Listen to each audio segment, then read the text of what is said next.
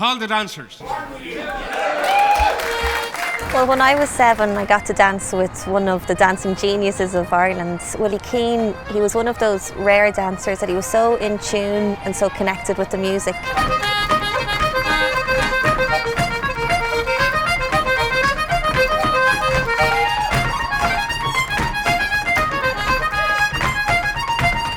The crowd were very enthusiastic about them dancing, and they were shouting encouragement, but I couldn't make out what word they were shouting. And I asked my father, and he said, "Style." And I said, "Style? What's style got to do with dancing?"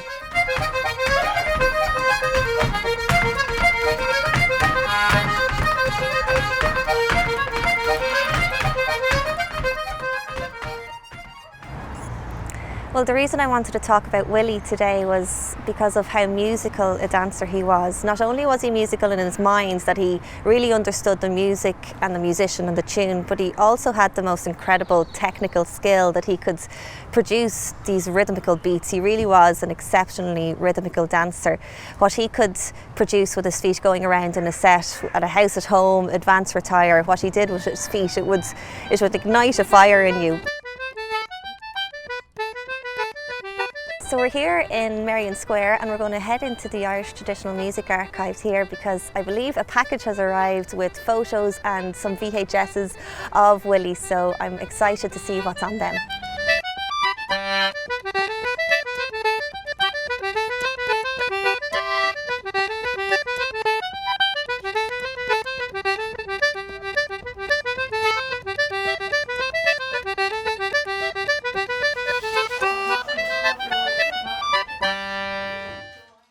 My father was born and raised in Doonbeg, County Clare. Stories have it that from an early age he showed great interest in all things traditional, from music, song, and of course dancing.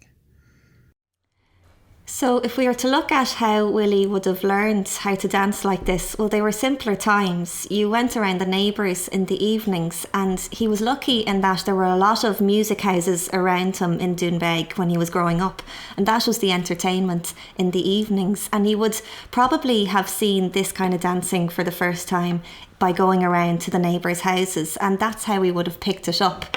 He would have been watching the dancers and he would go home and practice, and that was the way he learned, and a lot of the dancers around there would have learned. There wasn't formal lessons, he wasn't taught, it was very much by osmosis. He would have absorbed it, he would have learned organically like that. An old man once said to me that the Clare people would keep dancing sets all night until the cows were roaring to be milked in the morning. The Moloch set dancers have shown their great footwork, not just in their native Clare, but all over Ireland and indeed in many parts of the United States. So as you move around the county of Clare, you would have seen slightly different footwork in the sets. So where my grandparents came from in Liscannor and Ennistimon, it would have been more of a smooth style, like a glide with a little caper. But as you moved up towards Milltown Malbay, then you would have gotten the Moloch set and the Quilty set. And the Moloch set and the Quilty set, they battered. You would always know a Quilty dancer because he's so good. You're saying that as a quilty man, of course. Right.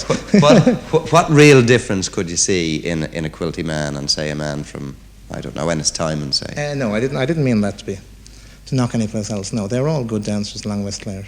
My first memories of him dancing go back to the late 70s when the Moloch set came to our house to practice.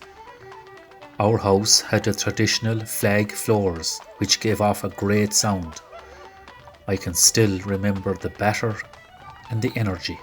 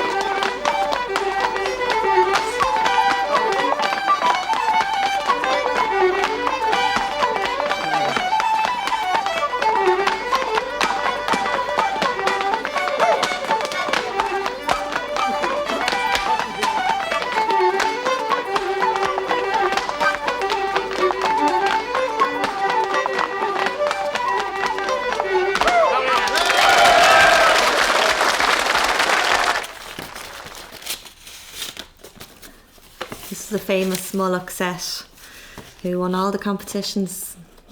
Great battering. And in the Mullock set, you would have had all the men doing the battering, and the women didn't batter at the time.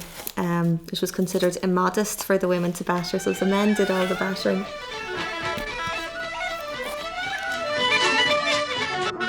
In Quilty, in Doolin, in Kilmihill and Kilmeely, battering is more than a fact of life. It's a tradition in this, the most notable county in Ireland for traditional music and dancing. In Kilfenora, or Tulla, or Lahinch, or even Ennis, they all know what battering is. And this is it.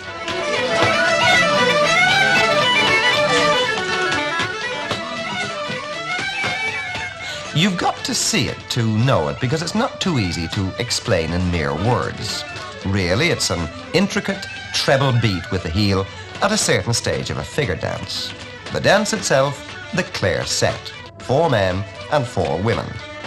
And it's the hard treble beat that's known as battering. And battering is done only by the men. It's an essential part of set dancing hereabouts. In the early 70s, the GAA, who ran the score dancing competitions, they suggested that they would ban battering in the competitions, but this was not well received by the locals in West Clare. It's very hard to say who's going to tell us what to do. They went up, they come along and they tell us that they went to Dublin, and they found out from headquarters where is headquarters? That's my point. Headquarters is West Clare. Headquarters is West Clare. Headquarters is Quilty and Miltown Malbay and Kilmaley and Corofin and Liscalor and Doolin. Yeah, that's right. That's headquarters. In a time today where there seems to be a bit of a wedge between the music and the dancing, where you'll often see dancers dancing their steps no matter what tune is being played, Willie responded to the music, and in turn he would have gotten that responsiveness back tenfold from the musician, like a conversation almost, give and take, over and back.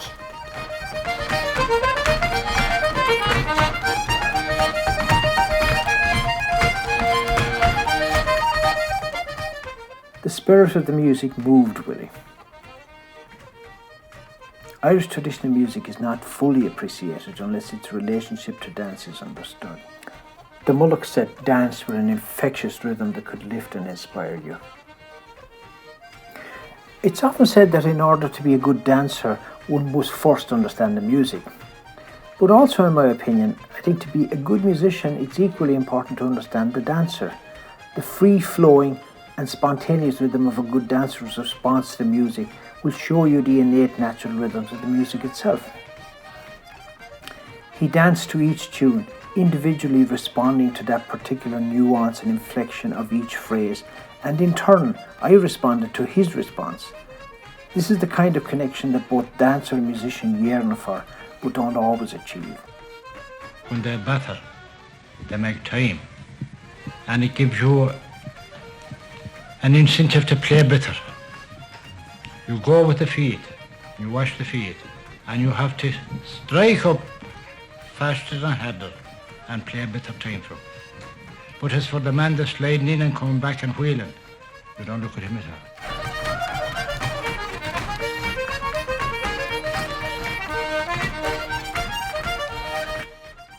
Just simply goes to show how the tradition is passed on and transmitted, because one of the performers there is only 7 years old.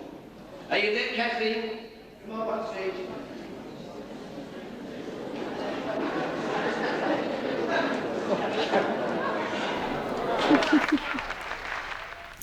That's the night I danced with him in the concerts in Milltown, 94.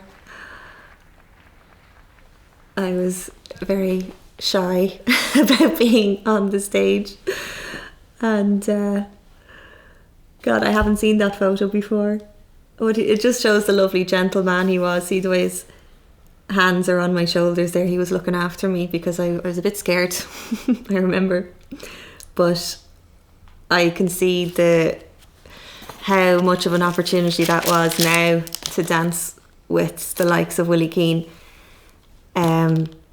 He was always encouraging young people to dance, and he would encourage young people at any opportunity, and he at the Thursday night concert at the Willie Clancy week every year. There's the dancing concert, and this particular year it was 1994 and I was 7, and my mum and myself were going to Willie's workshop for the week, and my mum was just loved his dancing. He was just brilliant, and I was kind of just brought along like I was only a kid. But by the end of the week then he asked if I would partner him in the set at the concerts, the Thursday night concerts. So I was kind of like scared a bit, and I was there was no need to be. He was a lovely gentle man, but he was a big tall man, and I was kind of, God, I don't know, Mummy. And she said, well, if I bring you to Ennis and I'll get you a new pair of shoes, will you dance with him then? So I said okay. So she bought me those red shoes. They're lock and key shoes, and she actually kept the shoes. They're that it shows how much she appreciated his gesture, how much she valued the opportunity that I got to dance with him at that night. So that was a really special moment for us in our family.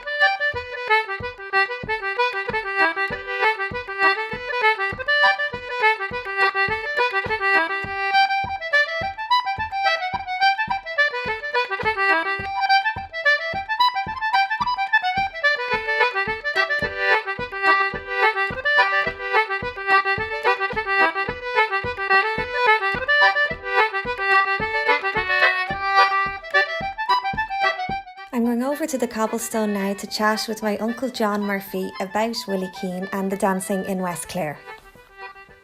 I grew up watching you dancing, John, with my mum and the rest of our family, and we're very lucky to have that kind of background where there's so much dancing in our family. And when we get together, we nearly fill 2 sets at Caitlín, and it's a highlight of the year every year when we get together. Yeah. But I was hoping you could bring us back to maybe, years ago when you would have first seen the likes of, say, Willie Keane and Ollie Conway and those dancers dancing down in West Clare, and bring us back to that time. What was the environment and what was that time like? I have a memory of the Fly in Kilrush, I think it was 1957, and seeing some battering steps for the first time, but have no idea who was actually dancing. But one thing I remember is the crowd were very enthusiastic about them dancing, and they were shouting encouragement, but I couldn't make out what word they were shouting. And I asked my father, and he said, "Style." And I said, "Style? What's style got to do with dancing?" And he says, "It's all about style. You can have all the steps you like, all the timing, but if you don't have style, you're never a great dancer." As a judge, when you're judging set dancing yourself, mainly the sort of set dancing you're judging is here in Clare, is it? Yeah. What do you look for? Well, I look for a do good and lively, and come down and batter on the music, and time to the music, beat of the feet, and come down on the music. And I think the musicians themselves look for that. They play much better when you come down on the music. You mentioned to me a night in the Crosses of Anna, and I know between Quilty and Mullagh, a lot of the dancers around there, they would meet at the Crosses of Anna, and there used to be great dancing nights at the Crosses of Anna. Yeah. And the different some dancers would dance tops and some would dance sides. Yeah. Tell us about that. Yeah, I had many wonderful nights there with Jimmy Gleason owned the Cross Havana and that. And I remember one night going in there, it was during the off season and it was only locals that were there. And we went in and Junior and the boys were playing away and a set started and everybody who wants to dance gets up on the floor. And I remember one set there was 19 couples on the floor. Wow. No such things as sets of 8. Yeah. And I was wondering how this was going to work out, you know. But I noticed then all the good dancers, and of course we knew who the good dancers were, or we thought we knew anyway who the good dancers were. You'd see them looking around at who was on the floor and they'd nod, you know, and they'd nod and they'd nod. And the nod meant you stay and dance sides or go seconds, you know. And if you didn't get the nod, you went first, went tops.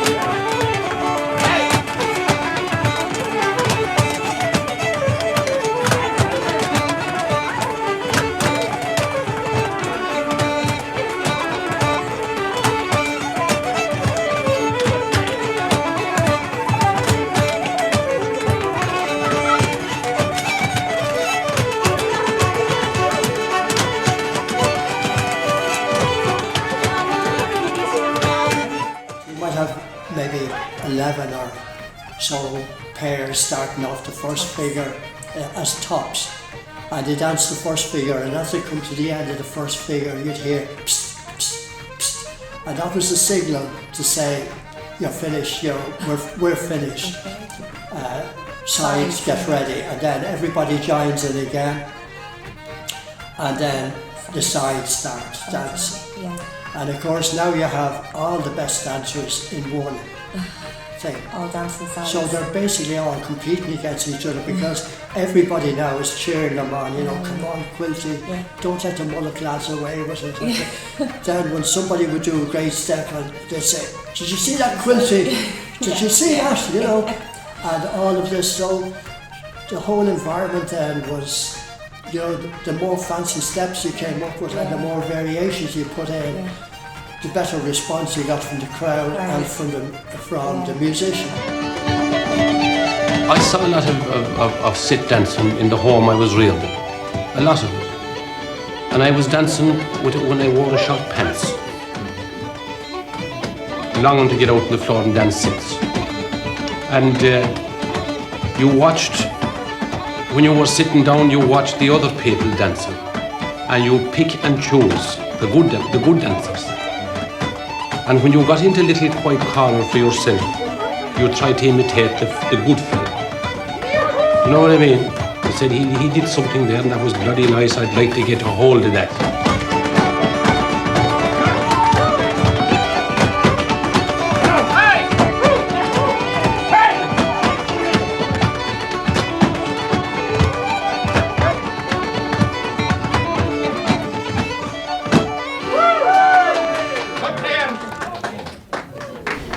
Things I remember from the workshop with them in '94, and that was one that he showed me, and I did it, and we did it in the concert. Do it again.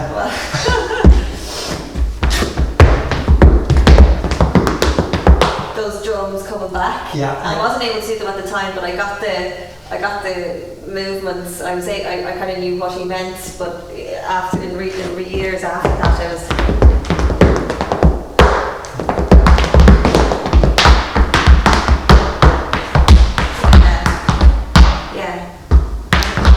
That's one thing I remember. Your travels in there, I remember him showing us that coming back, and the other one then was his big. He'd do a big jump at the end before, not all the time, the odd time, and would always lift the crowd a big.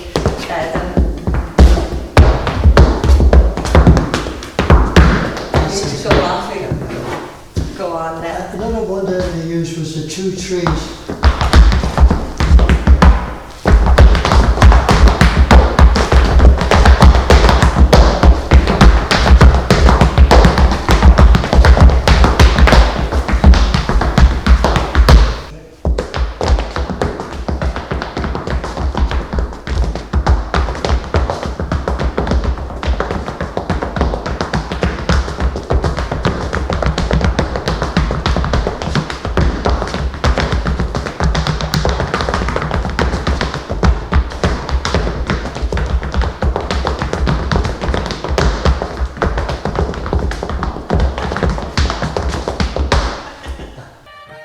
of Willie dancing opposite Ollie Conway or dancing opposite Tone Darcy, they really locked in with each other, and say on the advanced retire, they would match in and get the same.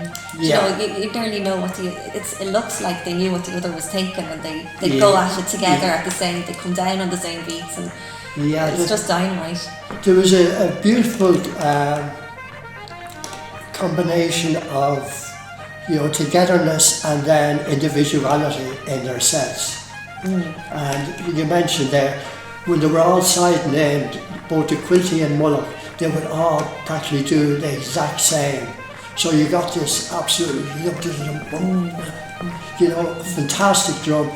But then there was opportunities when they were dancing the other parts to put in their own little individual bits.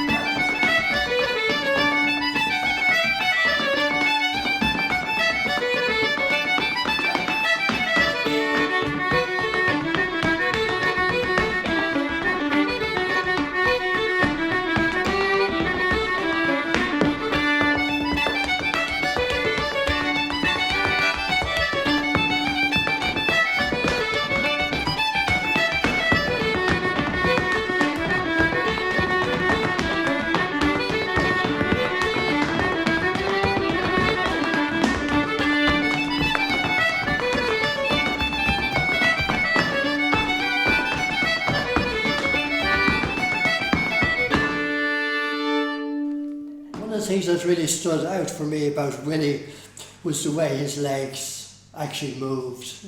You know, it's a bit like a puppet, you know, there seems to be no weight on the legs and they just go like this. Whereas when you look at a lot of people, and I include myself in this, our legs are kind of stiff by comparison. There's no fluidity.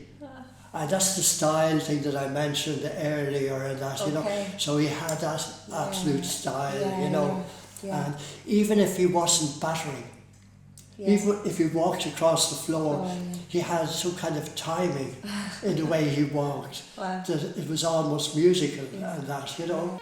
My father never spoke much about his dancing at home. It was just something that he did and he loved. He danced when the spirit of the music moved him. It was like watching the music in motion. The way he danced set a standard that very few can ever achieve. he carried within his dancing a tradition of heartfelt, joyous response to the music. There were many tributes paid to Willie since his untimely death on Sunday night. I remember people talking about where they saw the best set ever being danced, and invariably Willie was always one of the set dancers. One little girl here, Caitlín Smith, came all the way from Dublin. Each time Willie danced with her, Willie had a great love of children. He gave her half a crown and she kept these little coins as a memento of Willie. And that's 100% true. My mum still has the coins, still has the half crowns. All agree that Willie Keane was a dancer amongst dancers, a really true artist. He was recognised by all, I think, as the most wonderful dancer and gave so much happiness to people seeing his dancing.